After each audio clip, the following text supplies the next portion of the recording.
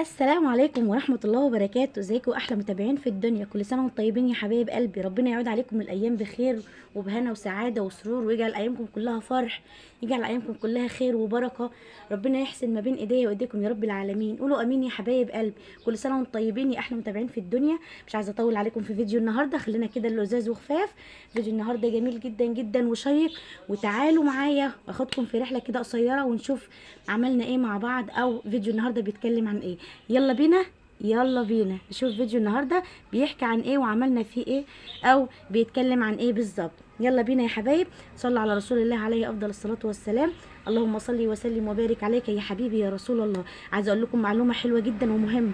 الصلاه على الرسول، يعني عايزه اقول لكم في الايام المفترجه دي وغير الايام كمان، بس بالذات في الايام المفترجه دي بتزيد من الرزق وتوسع ابواب مقفله كتير كتير.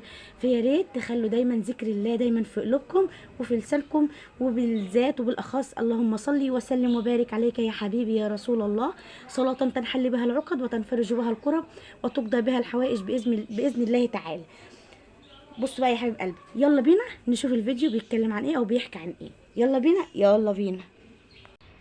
بالله عليكم بقى، بعد الصلاة على الرسول صلى الله عليه وسلم، تعالوا بقى كده اشاهدكم على ولادي عملوا معايا ايه، وازاي يعملوا معايا الحركة دي، وازاي يرضيكم اشاهدكم عليهم، وكمان اسمع رأيكم. يرضيكم اللي عملوه معايا؟ انا استحق كده منهم. يلا بينا، شوقتينا كتير يا ام عمر. نشوف الفيديو بتاع النهارده بيتكلم عن ايه. يلا بينا ونصلي على رسول الله. تا تا تا. ايه رأيكم؟ دي ايه يا ام عمر؟ دي كبة مور، اسمها كبة مور. جميلة جدا جدا جدا. الكبة دي بتنفع لكل حاجة، كبة لحمة، وكمان بتنفع للخضار. عندك برضو مع المفاجأة. يلا بينا نشوف هنعمل، اشرح لكم الكبة بالتفصيل وكل مكوناتها بتتكلم عن ايه، وقد ايه هي حلوة وجميلة، وفعلا يعني هدية لذيذة جدا جدا وعجبتني جدا جدا، وقد ايه فرحت قلبي وفرحت بيها. الهدية دي من عمر وعاصم ولادي حبايبي، ربنا يخليهم لي يا رب ويديمهم نعمة في حياتي، ويجعل الستر والصحة والعفو والرضا من عند ربنا سبحانه وتعالى دايما فيهم. ربنا يبارك لي فيهم يا رب وولادكم اجمعين. قولوا امين يا حبايب قلبي.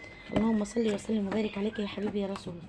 هنفتح الكبه بقى كده مع بعض ونتكلم عنها كده واحده واحده. اول قطعه كده من الكبه زي ما انتم شايفين الموتور بتاع الكبه، تمام. وبعد كده بقى ايه، دي بواقي الكبه اللي هنتكلم عنها النهارده. بصوا بقى، هكلمكم عنها واحده واحده. اولا ده السلاح بتاع الكبه بالشكل دوت، بيكونوا 3 مع بعض، 3. الكبه دي اسمها ايه يا ام عمر؟ اسمها مور، كبه مور. عايزه اقول لك هي مش يعني مش غاليه، فاهماني؟ مش غاليه ومش رخيصه، حاجه كده ما بين الاتنين. واللهم بارك، جميله جدا وعمليه، مش وحشه ولا حاجه.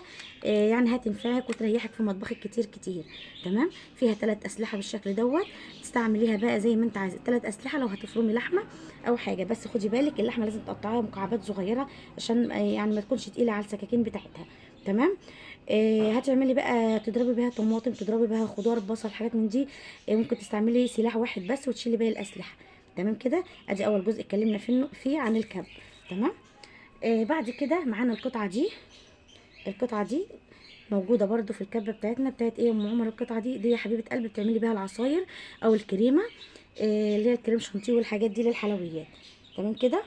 بعد كده معانا بقى الدورق العملاق بتاع الكبه بتاعتنا. بصي الدورق، يعني عايزه اقول لك جميل جميل جميل جدا جدا، والسعه بتاعته اللتر كبير كده، ويعني اللهم بارك جميل.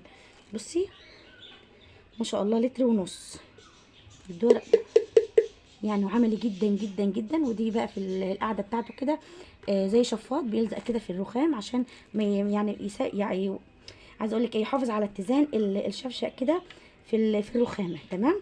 ادي بقى لتر ونص، ما شاء الله عليه، يشيل كميه كبيره قوي قوي وتنفعك كمان اهو، يعني ممتازه. وده غطا الكبه، عمليه جدا والله يا جماعه، استعملوها يعني، جربوا يعني، هاتوها عن تجربه معايا انا شخصيا، حلوه قوي. انا حبيت اعمل الفيديو دوت او الريفيو دوت عن الكبه الجميله دي، واوريكم قد ايه هي رخيصه مش غاليه، وكمان عمليه، وهتنفعك يا حبيبه قلبي في مطبخك، وهتريحك في حاجات كتير كتير كتير. بدل بقى ما تقعدي تقطعي البصل وتدمعي وتعيطي وتعملي لنا حوار، هاتي الكبه دي حطي فيها البصل، ما بتكملش ثواني، ثواني وتكوني فرمتي البصل، عملتي الخضره بتاعه المحشي، جهزتي ادواتك كلها، كل حاجتك ما شاء الله عليها جميله جدا جدا وعمليه جدا، ومش غاليه زي ما قلت لك، مش غاليه خالص يعني، يعتبر بالنسبه للاسعار اللي بنسمعها الايام دي سعرها مناسب، مش غاليه ولا حاجه. تمام كده. الكبه الجميله دي او القمر دي على زي ما انا وريتها لكم كده، عايزه اقول لكم يعني هي الشفشق بتاعها او الدورق بتاعها دوت غير قابل للكسر، جميل جدا ومتين. يعني بيستحمل حاجات كتير قوي. وزي ما قلنا الكبه دي كبه لحمه، ممكن تحطي تفرمي فيها اللحمه والكبد والقوانص والحاجات ديت والبانيه والكلام ده كله، بس تقطعيه قطع صغيره. وعندك برضو فيها عدد السكاكين زي ما قلنا 3 سكاكين، دي كلها مميزات في الكبه بتاعتنا. وعندك اللي هي القطعه دي لخفق البيض والكريمه والعصير والحاجات دي تنفعك برضو. الموتور بتاعها ما شاء الله عليه قوه 500 واط يعني شديده، مش اي كلام يعني، كويسه. والموتور بتاعها كمان يعني اللف بتاعه نحاس كويس، حاجه خامه يعني كويسه مش وحشه خالص.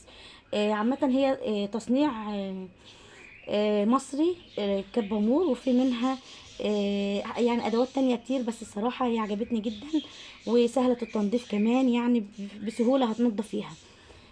هقول لك برضو على شويه ملاحظات كده هتستعمليها مع الكبه بتاعتك مع الاسلحه. بصي اقول لك على حاجه، شايفين القطعه دي؟ انتوا ممكن ما تاخدوش بالكم منها، اوريها لكم على اوضح شويه اهي. القطعه دي بتبقى جايه كده مع السلاح دوت، راكبه فيه كده اهوت. القطعه دي عايزه اقول لك لتقشير التوم، بتركبيها كده في السلاح وتستعملي الكبه بتقشر لك التوم، بتحطي فيها التوم وتقشره. تمام كده. وغير كده بقى التنظيف بتاع الكبه سهل جدا جدا. بعد ما بتغسلي السكينه او السلاح بتاعها تبداي تنشفيه بفوطه عشان تحافظي على سلامتها وتفضل معاكي عمر اطول. تمام. عايزين نتكلم برضو ونقول ان كل حاجه بالمحافظه يا حبايب قلب، كل ما تحافظي على حاجتك وادواتك هتلاقيها معاكي طويله العمر، يعني هتبقى معاكي فتره طويله قوي، حافظي عليها هتطلع معاكي كويسه جدا. وبرضو الدور هتغسليه وبعد كده هتنشفيه بفوطه المطبخ، عشان برضو السلاح اللي في الارض دوت ده اللي بيركب فيه القطعه دي كده. تمام. فانت برضو تحافظي على سلامه ادواتك وحاجتك وتطلع معاكي اللهم بارك جميله جدا وتحافظي عليها. اتمنى طبعا الريفيو بتاع النهارده او فيديو النهارده يكون امتعكم، ما اكونش ضيفه تقيله على قلبكم، تكون ضيفه خفيفه كده خفيفه، واكون افدتكم في فيديو النهارده. هنتكلم برضو واقول لكم ان الكبه الجميله دي صراحه كانت هديه ولادي حبايبي بمناسبه شهر رمضان الكريم. قالوا لي يلا يا ماما بقى نجيب لك هديه حلوه كده تسعفك وتريحك طول الشهر بقى مع الاكلات والوصفات، وكلنا عارفين ان يعني شهر رمضان الكريم حاجات كتير كتير كتير لا غنى عنها. فحبوا بقى يفاجئوني وجابوا لي الكبه الجميله دي، وصراحه كل سنه هم طيبين وجعلهم نعمه في حياتي ويديمهم نعمه في حياتي يا رب العالمين، كل اولاد المسلمين اجمعين يا حبايب قلبي. تمام كده. يا رب اكون افدتكم في فيديو النهارده واكون اسعدتكم واكون ضيفه خفيفه على قلوبكم. اشوفكم على خير ان شاء الله مع فيديو جديد من فيديوهاتي. ما تنسونيش في شير ولايك وسبسكرايب للقناه. باي باي.